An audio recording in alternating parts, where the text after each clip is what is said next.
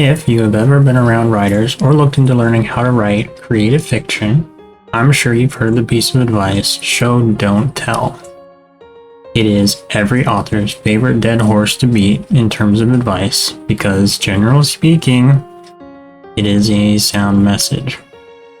My problem is that it's never explained, ever. Explanations range from it's about showing the readers things instead of telling them to make readers feel it themselves. These are technically accurate, but not helpful for me. I did what I normally do and found an answer myself because I was learning creative writing and I wanted to know the whole truth.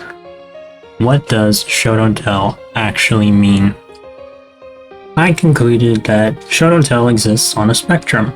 This is the information delivery spectrum drawn and created by me just now. On one end, the blue end, we have telling, and on the other end, the red end, we have showing. Every sentence, every paragraph, idea, concept, every part of story or piece of writing can be put on this spectrum. Now, the question is, how do you know where a piece lands on it? Well, that's pretty simple. It's about intent. For example, if I were writing about a haunted house, my intent may be to make the reader think the house is haunted. If I write the sentence, the house is haunted, in any context, this is immediately placed on the far end of telling. I told you what I wanted to convey directly. If I write something like, things in this house move on their own, that's likely in the middle. It's a very strong implication for the idea I'm trying to convey, but it's not as blatant as it could be. If I write something like, when you're not looking, things seem to misplace themselves, then we're firmly within the showing territory, because now the reader has to think about it to understand what I mean by it and what I'm trying to say. I've separated the original intent from the prose itself by multiple degrees to make the reader think about what it means.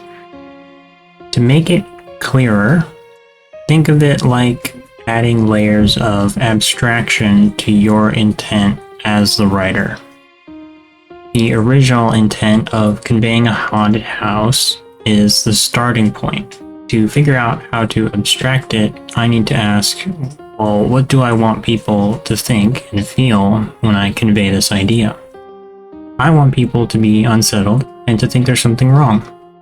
So to achieve this, I need to include details that are offshoots of my original idea and connected to these reader experiences. When you're not looking, things seem to misplace themselves is a good sentence to use for this purpose. It is related to my idea, haunted house, and it is an experience that would be unsettling. If things misplaced themselves in my house when I wasn't looking, I would be very concerned.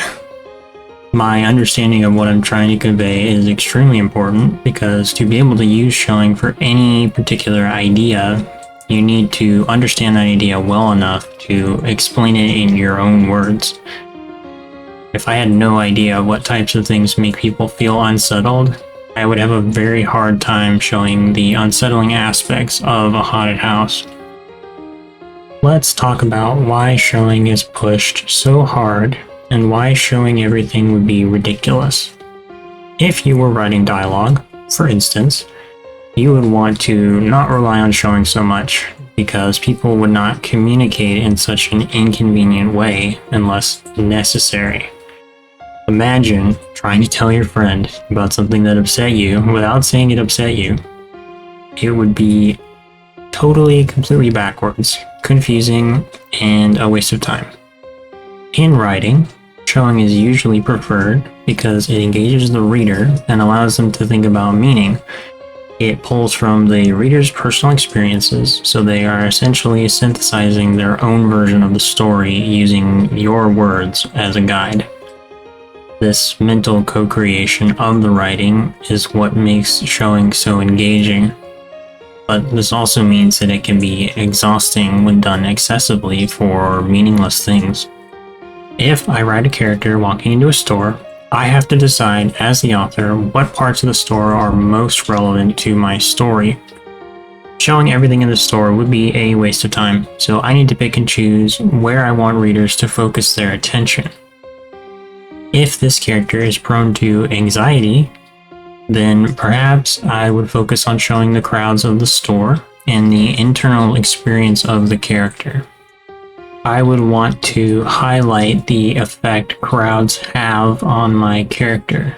So even if my character went to grab a candy bar, I would not describe the candy bar beyond what it is.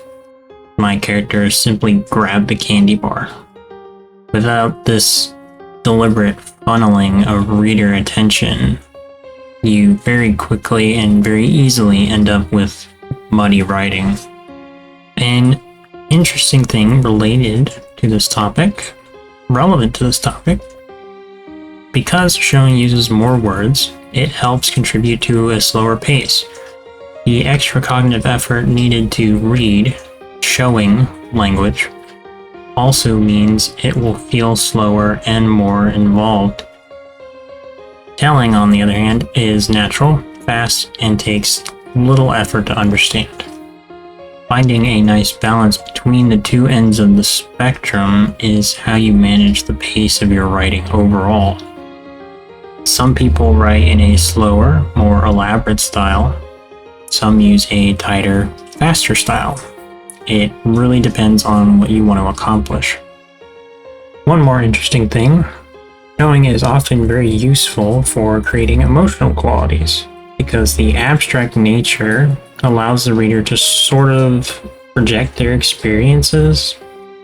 This means it becomes significantly more personal to the reader, in a sense. This type of figurative closeness to the writing gives it more weight. But again, this weight comes at the cost of the reader's emotional bandwidth. An emotionally rich story with no breaks is going to drain readers. To give them breaks, use telling instead. By using less abstracted language with telling, you are removing the need to engage emotionally with all of the writing. So it is kind of like a way to let the reader recharge and have a space to breathe. Now, I should explain that if you actually look at any written anything, this back and forth between showing and telling happens quite fast. Authors are often switching by sentence and mixing the two together. This rhythm of showing versus telling creates engagement without tiring the reader out, at least if it's done right. And the actual pacing of the back and forth depends on which author you're looking at. So there isn't really a totally right way to do it. Kind of like just experiment and see what you like, I guess. The only wrong way you could do it is if you only aim to do either telling or showing. You need both. To kind of show what I mean, here's some examples from things that I've written. And because I've written them, I have the intent, I know what I meant, what I wanted from them. Here's the first one. I went ahead and highlighted every sentence or every individual thought in compound sentences as well, to show where I use showing, where I mix the two, and where I use telling. And this first paragraph is very emotionally loaded. I started very heavy with the showing aspect because I wanted it to feel like a heavier paragraph. And there's near the end, there's a break, a couple breaks, and then I continue on with the showing part. So I wanted there to be some space to think, to not be overloaded by it. And this is a very tense part of something, so it's supposed to feel heavy. The next example is a much tamer paragraph. It's loaded with subtext, with things that you're supposed to infer and not really be told anything. there are telling points, and I started with telling because I wanted it to be a very low-key paragraph. This is a very low-key scene, but I did want to actually show like dynamics of between characters. So by starting with telling, I set the tone. This is a very calm paragraph. And then I continue into the showing with the subtext and the things that actually matter. And then with this third example, this is an example of using both the contrast between different parts of this spectrum and how I use formatting to highlight the differences. So in this case, I used a lot of mixed language in the beginning, make it a little bit ambiguous, I guess, and cut it. And at the very next paragraph, I use straight telling, very clear language, shorter sentences, very short sentences, to highlight this difference. And it's supposed to be absurd and amusing. I don't know if I actually accomplished that, but maybe I did. Now, this is just my own writing, but I can guarantee you'll see traceable rhythms if you explore any published fiction you look at. I use very quick rhythms like this because I prefer it this way. It's my style as a writer. So I'm not saying this is how you should approach these types of scenes. I'm just trying to demonstrate that writing does have a structural rhythm to it. I could probably highlight my examples slightly differently depending on how I interpret or remember my past intentions. The purple sections, the part where it's mixed, they could go either way, which is kind of why they're useful, they're valuable that way. This contextual ambiguity, this mixture of showing and telling, is part of the interest that people have with writing. If I try to edit all of the purple sentences to be either showing or telling strictly, completely, and wholly, then this rhythm would be a lot stiffer than I want it to be. The idea is to kind of treat it like a flow of energy.